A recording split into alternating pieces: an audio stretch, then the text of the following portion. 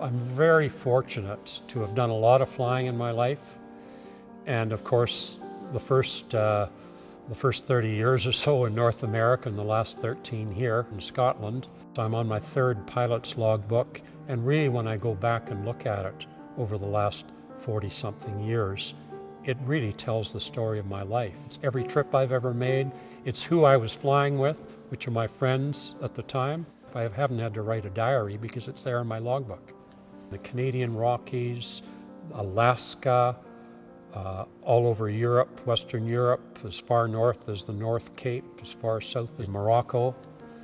But actually flying over Scotland is as beautiful as anywhere in the world, with the mountains, the seas, the islands, the rivers, the lakes, and the Scottish weather, which is varied and always a challenge, and Scotland is beautiful.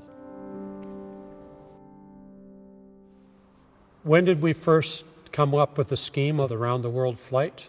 Well, actually it came to me first after completing a Moroccan trip last June, and it came about the same idea that I was heading into semi-retirement and thinking about working for a charity, and the ideas came together. I was going to first thought about doing it in my RV solo, but as soon as I mentioned it to my partner Chris in Toronto, he said, hey, why don't the two of us go on the Comanche?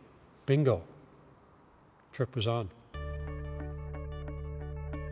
We're going to launch from Toronto, head across the North Atlantic via Greenland and Iceland to Perth, then southeast across Western Europe, the Med, to Oman, Sri Lanka, Singapore, Indonesia, to Darwin on the north coast of Australia, beautiful Australian coast, all the way around to the east side to Brisbane, then head out across the very broad Pacific to California, southeast down through Central America to Colombia, north up the east coast to Toronto to complete the Canadian RTW, then back across the Atlantic to Perth to complete the Scottish RTW.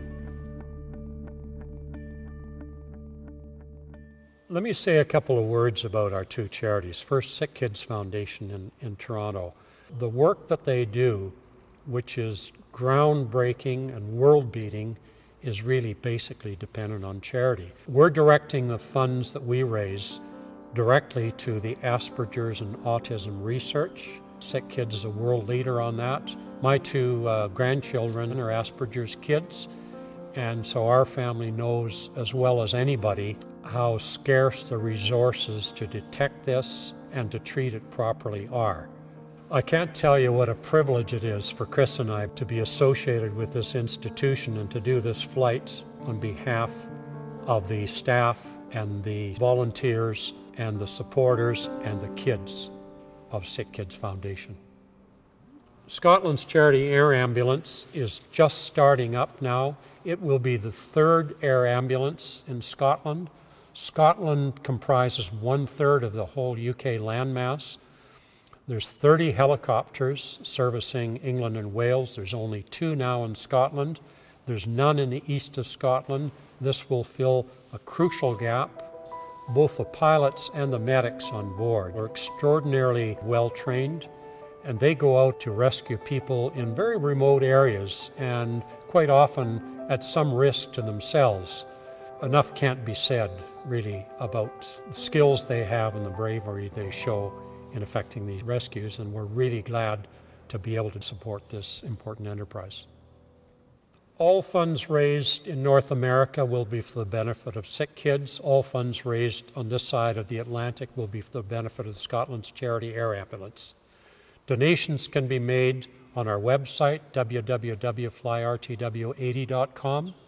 Corporate sponsors, we have platinum, gold, and silver levels, different privileges and different support levels.